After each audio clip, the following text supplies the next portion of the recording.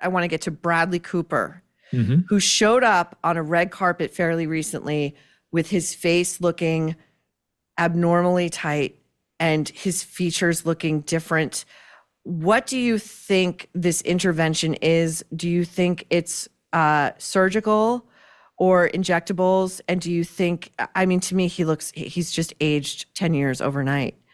Yeah, Uh, I think the big thing that we're seeing with Bradley, when you look at his upper eyelids, they're not hooded like they used to be. And so I think the yeah, big change we're seeing is that I believe he's had an upper blepharoplasty where skin is removed from the upper eyelids.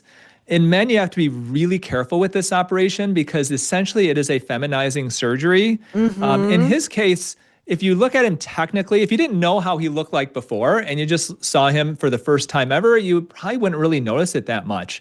But I obviously, disagree. I beg to differ, but you're very polite. It would alarm me. I agree with you. There's a feminized quality to his face now. mhm.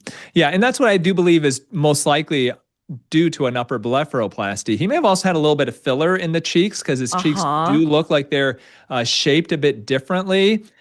I doubt he's had a true facelift. Facelifts do create quite a bit of scarring. And in men, especially a guy like that, where he's in the public eye so much, it would be very, very risky for him to have an operation like that where those scars can be really, really visible.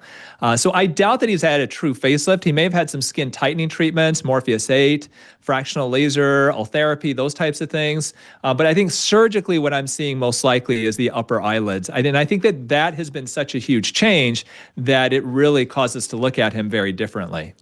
Dr. Youn, do you recommend that most men avoid that surgery for that reason?